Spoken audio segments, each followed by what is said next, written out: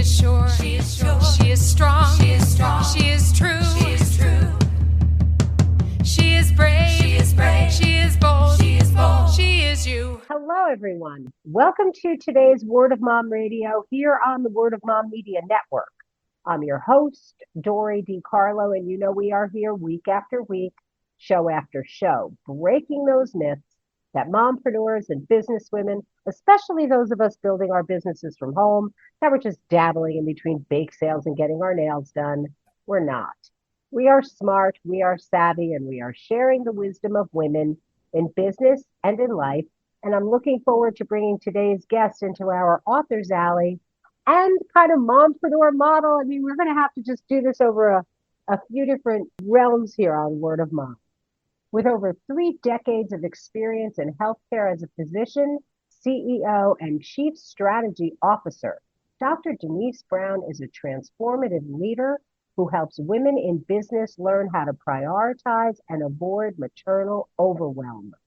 A thought leader in self-care activities for women, she brings her expertise to books for successful women. A graduate of the University of Chicago's Pritzker School of Medicine, with training at Stanford and Vanderbilt. She lives with Alex, her childhood sweetheart of 28 years, and their sons, Will and Hank.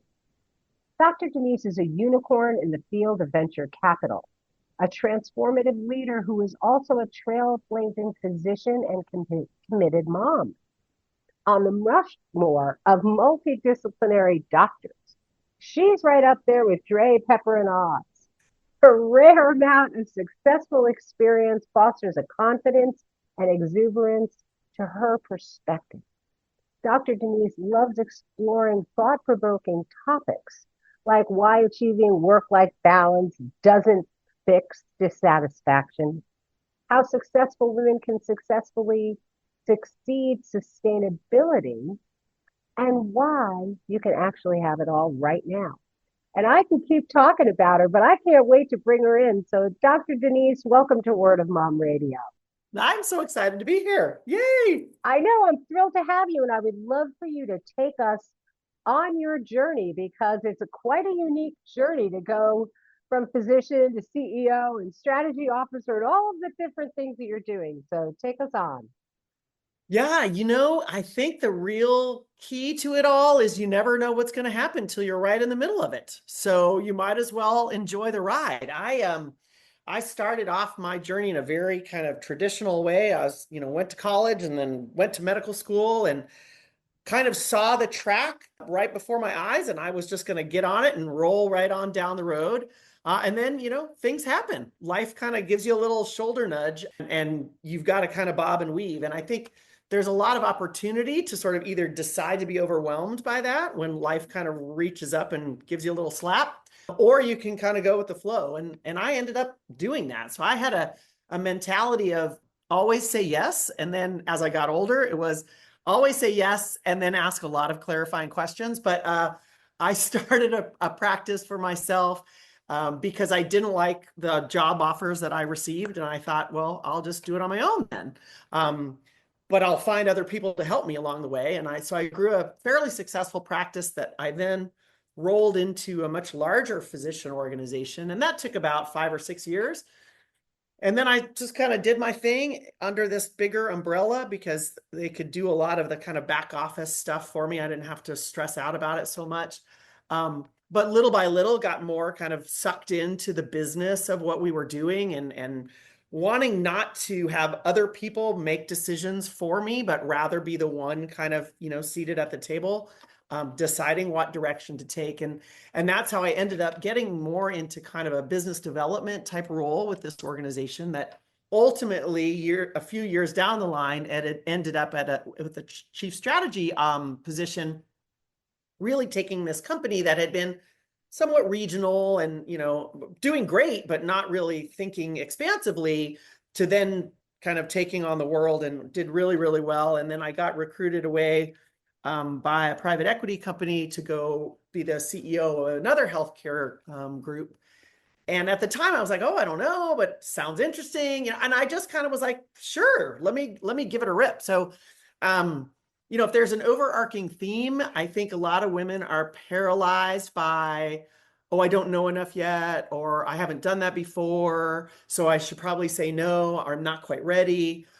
That's never been my problem. I was kind of like, I'll build it while I fly it and I'll figure it out. And if I can't figure it out, I can find the people who can help me figure it out for me. So that sort of ended up kind of in a wacky journey to now where I'm at, where I sit as a general partner of an investment fund to try to help find other cool things out there in the world, all kind of health related. But it's been a really interesting evolution that I absolutely never would have predicted in a million years. I never would have predicted. I love it. It's so funny because, as you were saying, men will fill out a job application. They might be 40% qualified for it. And they have that exact, oh, I'll learn it as I go along. Yeah. Women wait until Yeah. we feel like we have every single qualification.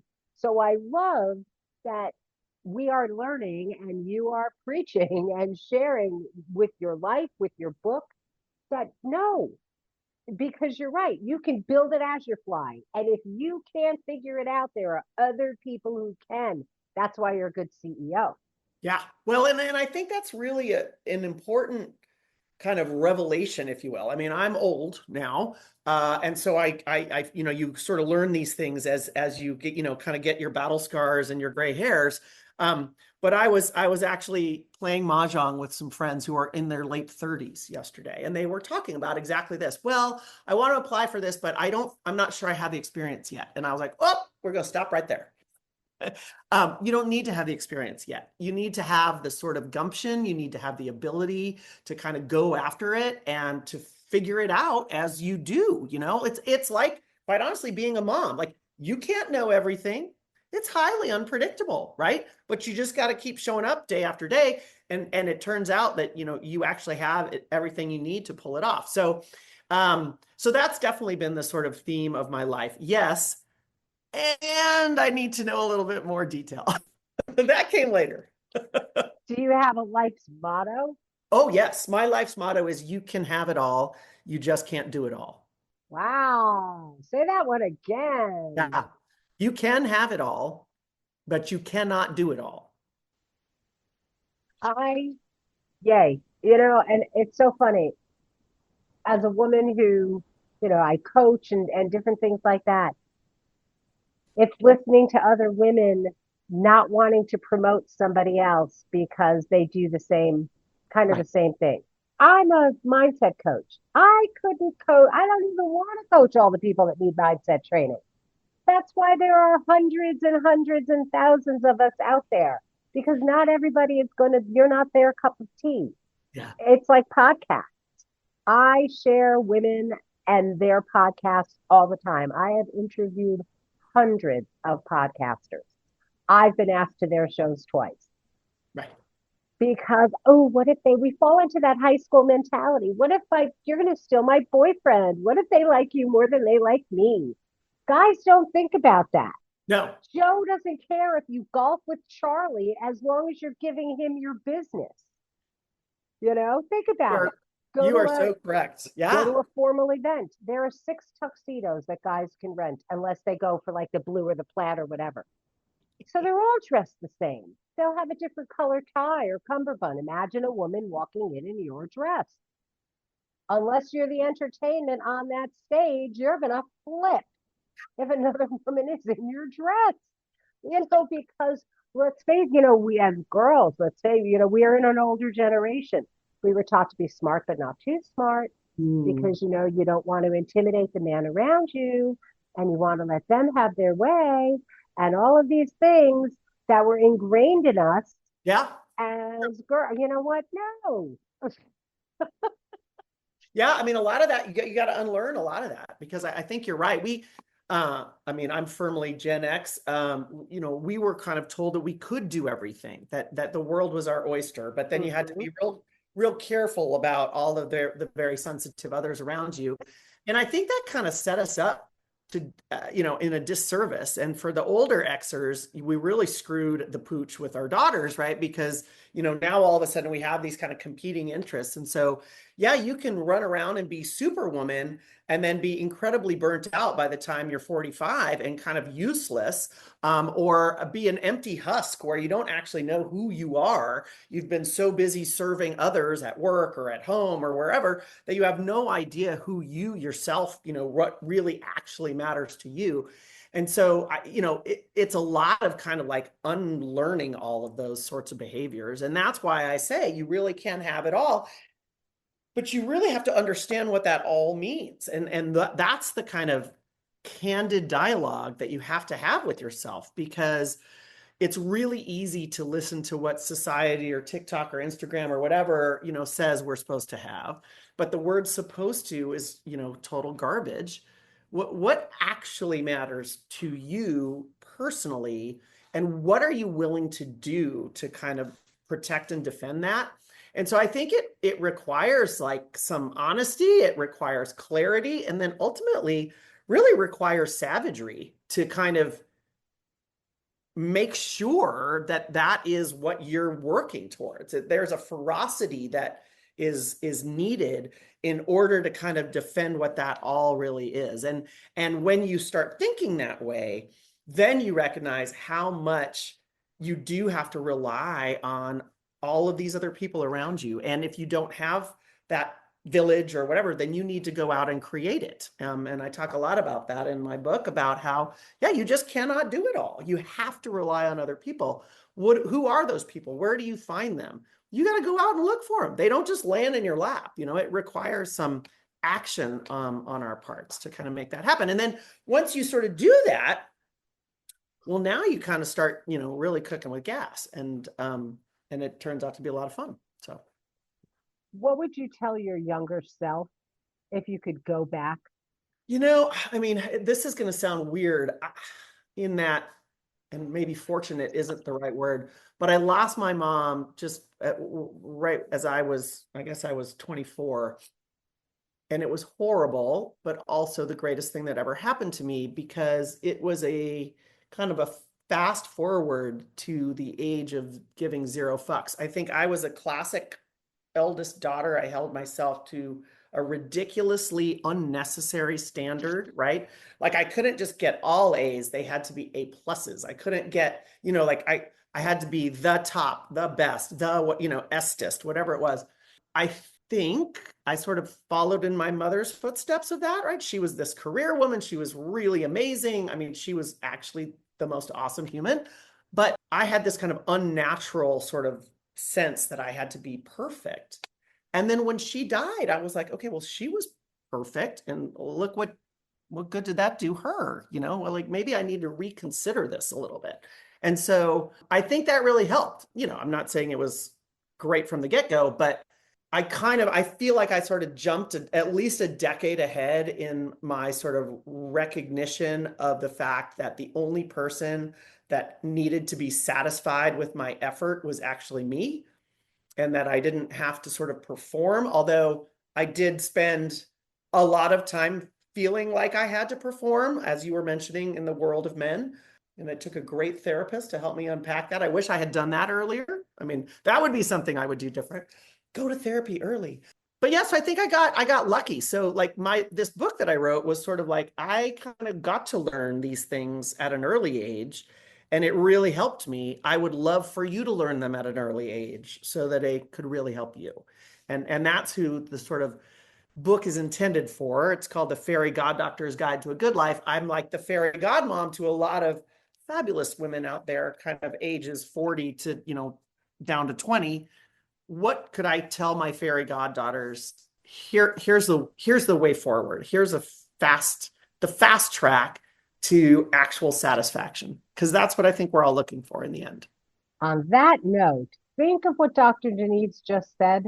We're going to take a quick break to say thanks to our supporters, and we'll be back here in just a moment on Word of Mom Radio. She is brave, she is bold, she is you, and we want to tell your story. Are you ready to share your journey with us on Word of Mom Radio? Go to wordofmomradio.com and register as a guest. We want to tell your story because when you win, we all win. In 2017, Unsilenced Voices was formed to help survivors of domestic abuse and gender-based violence worldwide. The organization currently serves Sierra Leone, Rwanda, Ghana, and the USA. In 2022, Unsilenced Voices gifted over $33,000 to survivors in the USA, and in Sierra Leone, there are over 26 young girls who have been rescued from sex trafficking and domestic abuse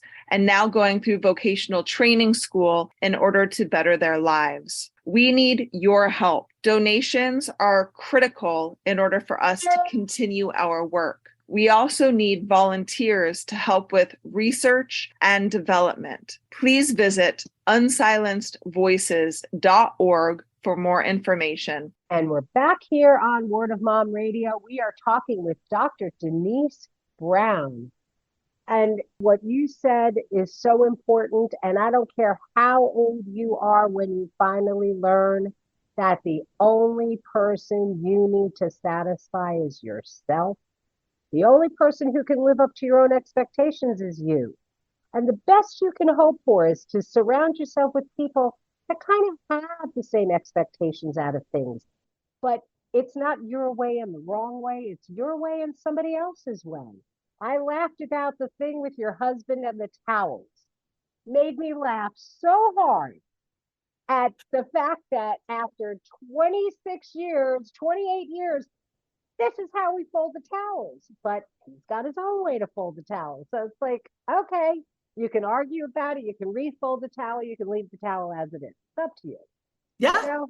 whatever. And then my response might be different on any given day because you and I both know there's only one correct way to fold the towels. But thank you. In thirds, I'm with you. It's the only way it fits right. That's it. But whatever. You know, it's so funny. It's like when my kids learned to make their beds. They started making their beds when they were 2.5 years old. How does a 2-year-old make their bed? They throw the cover on it. I resisted the temptation of smoothing it out.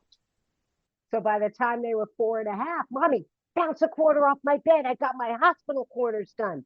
They were proud of it. You know, when they folded their laundry, how does a kid fold their laundry? They crumple it up. So anything I didn't want wrinkled, I put in the closet.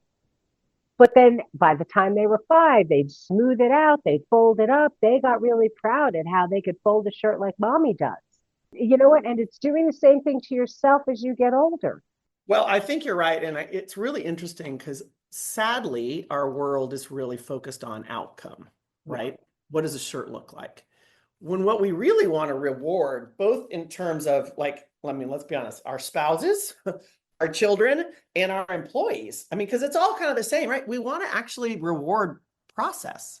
We want to reward effort. And when you sort of are quiet and you let people figure it out, you get to the outcome that you actually want way faster than if you were cracking the whip. Your kids learned how to make their beds way faster than if you had been nagging them every day to do it like that, right? And so it allows people to have this self-agency that the kind of nitpicking, micromanagement never ever achieves, right? Because then people are just doing the bare minimum because they're only like, well, she's going to pick it apart anyway. She's not going to, you know, like, I'm never going to win. You know, that's like this kind of toxicity that none of us need, right? When you sort of say instead, you narrate, look at you made your bed.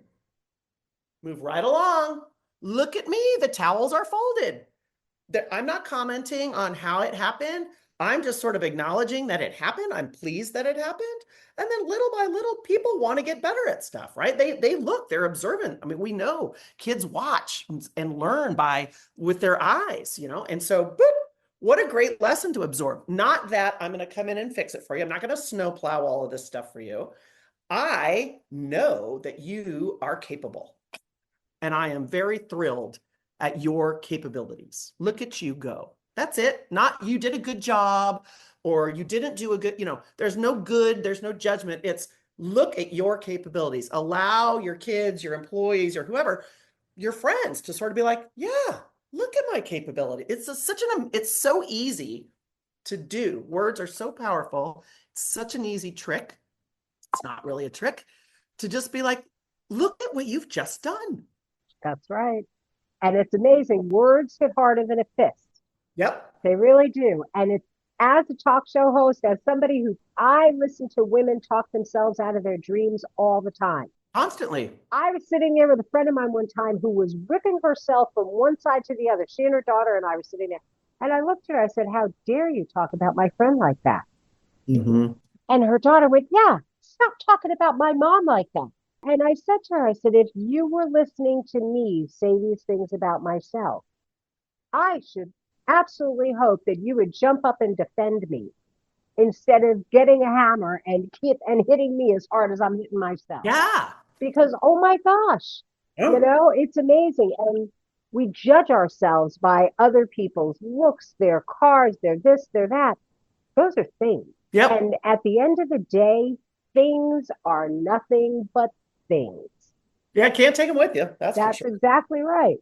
No matter what. So I want to get into your book, The Fairy God Doctor's Guide to a Good Life. It is a really fun book. It really is. It's a quick read, but let me tell you, ladies, this is something you should read. I highly recommend this book. I truly do, because you know what? It gives you permission to be you. You're not trying to tell people how to fix themselves or anything else. What you're doing is great, and it's accepting, taking the good, the bad, the everything, and just putting it all together because it's part of who you are right now. You're Today. right now. Right now. We were talking about this before we started. I saw something and it means a lot. The 2 times things, nothing, that you can't do anything and it doesn't matter, is tomorrow and yesterday. You can't do anything about them. That's it. You've got today. And it's about taking the lessons. You don't win and lose, you win and learn. So let's talk about what made you write the book and what was the best part of it for you. Oh, that's so fun. Well, so like I was telling you, I had this health tech company and we sold it. And I was like, I'm going to take some time off. I've never, ever taken any time off in my entire life. I mean, I went straight through everything. And I was like, I have the luxury of taking a little bit of time. Like, this is going to be really cool. And I think I had these sort of, like grandiose visions of what I was going to do with it. Anyway, by about 3 months in, I was bored out of my mind. And I was like, okay, what are we doing next? And I got interviewed for a magazine. And they were like, "Well, what's your legacy?" And I was like, what are you talking about?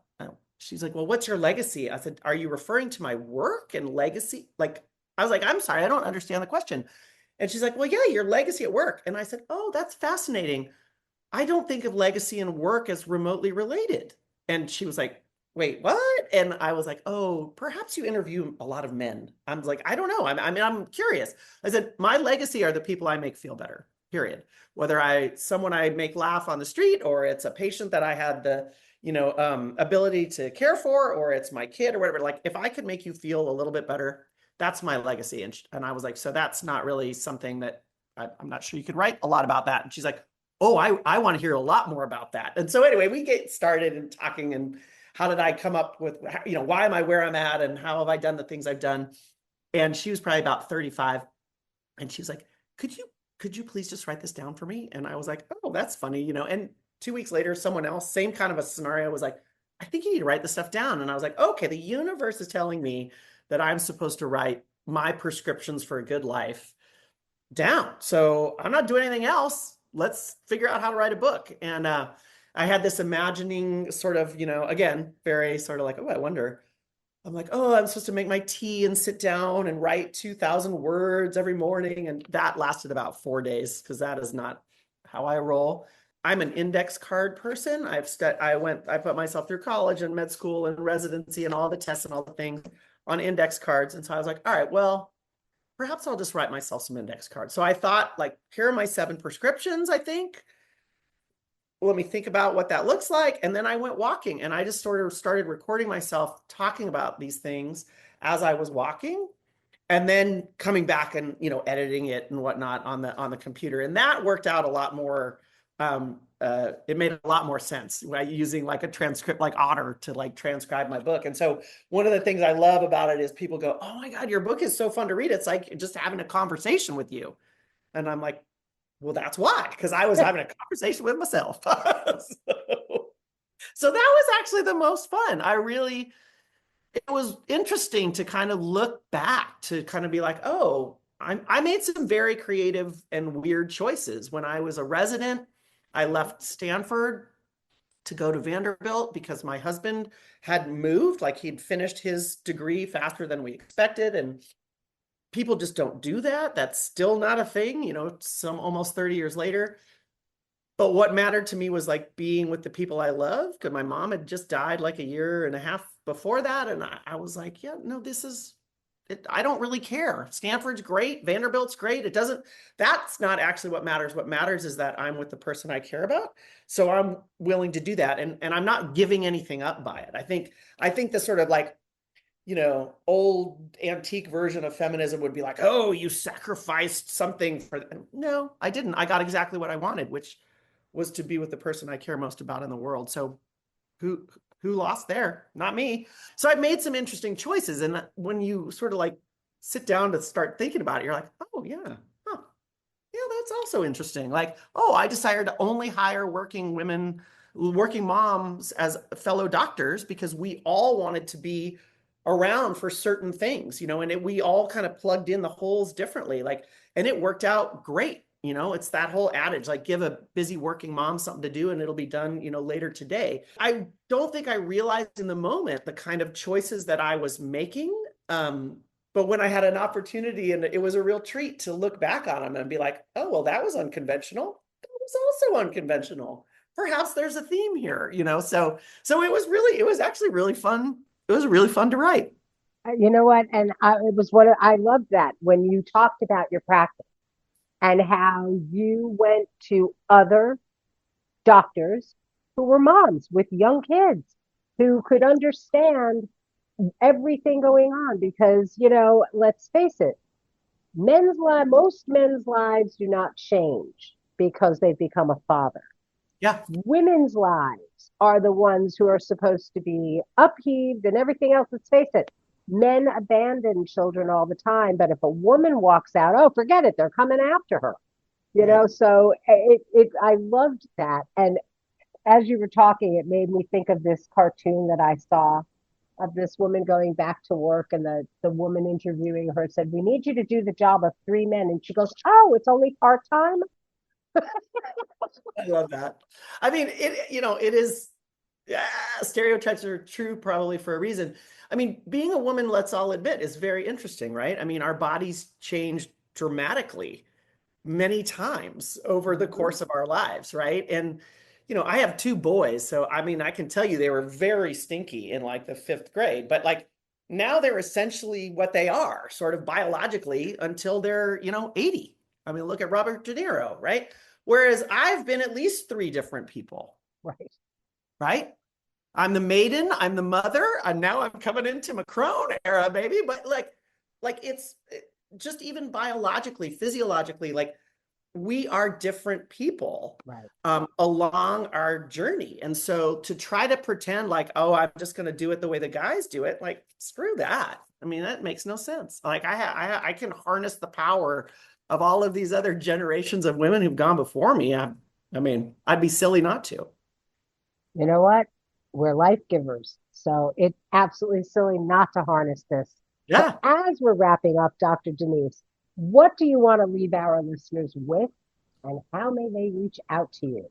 Oh, I love it. Well, I mean, I think it would be awesome if you bought the book because, like you said, Dori, it is a pretty quick read. On Audible, if you do it at like a 1.5 speed, it's like 3 hours. So like it's quick and easy. I think it is packed. I hate business books where you're like, oh, the beginning was great and the end was great, and then the middle was like, I tried to pack it full of good stuff all the way through. So I would love that because I do feel like we're all too hard on ourselves, and you can give yourself permission to go ask for help and be a little more creative in how you do that. So I think we all deserve that. You can find me at my website. It's Denise S, like Sam, Brown MD. You can find my book at Amazon or Barnes & Noble or all the usual spots that you might find a book. And yeah, I hope you read it. I hope you give it to a girlfriend, and I hope you start a supper club. I hope you stop comparing yourself to everybody else and just recognize you for the powerful being that you are. And yeah, just go forth and have fun. I mean, we only get this one life. Like, why not make it as packed full of joy as possible? Right on. That's like when people say, "Oh, life is so hard." I'm like, No, compared it's to not. what? Compared to what? I mean, seriously, it Can is it be your really life. crappy sometimes? Sure, but And you can always bring the light. So that's exactly right. I mean, you live every day. You only die once. yeah, I like that. So you have to. This is it. Make your best today you can. And you know what? Make tomorrow, when tomorrow gets here, guess what? It's today. That's right. So just keep focused on today, and it's going to keep going. I loved your book. I hope everybody, ladies, I'm telling you, go get the Thank book. you. No, you know what? We need the positive reinforcement that this book gives, that self-care is not selfish, No, that you don't have to do what anybody else does. You have to do what's right for you. And it really is. It's very conversational. It's really, you're going to get into the flow of this where you really do feel like you're chatting with you. So I thank you so much for thank taking you. the time to I love share it. your awesome journey. Come back when you write your next book, because I'm Sounds like a sure plan. there's something else coming out. And thanks. And for all of you tuning in, thank you so much for being here. We're going to close out with our fabulous theme song from Smith Sisters and the Sunday Drivers. So till next time, this is Dori DeCarlo saying go out and create a marvelous you. Bye for now. She is sure. She is sure. She is strong. She is strong. She is true. She is true.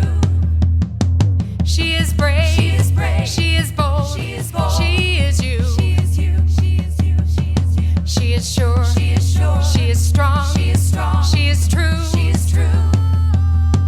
She is brave. She is brave. She is bold. She is bold. She is you. She is you. She is you. She is you. Sure of herself, yeah, she takes care of biz. Powerful and strong, yeah, she knows who she is. Has integrity, woman strong and true. You know her by name, see this woman is you. She is sure. She is sure. She is strong. She is strong. She is true. She is true. She is brave. She is brave. She is bold. She is bold. She is you. She is you. She is you. She is you. She is sure. She is sure. She is strong. She is strong. She is true. She is true. She is brave. She is brave. She is bold. She is bold. She is you. She is you. She is you. She is you. Adds value and hope. Has proved to be brave. See, it's never too late. Never time to behave. Reaching for dreams. Doesn't matter the age. Believes in herself. Unleashed from her cage. She is sure. She is sure. She is strong. She is strong. She is true. She is true. She is brave. She is brave. She is bold. She is bold. She is you. She is you. She is you. She is you. She is sure. She is sure. She is strong.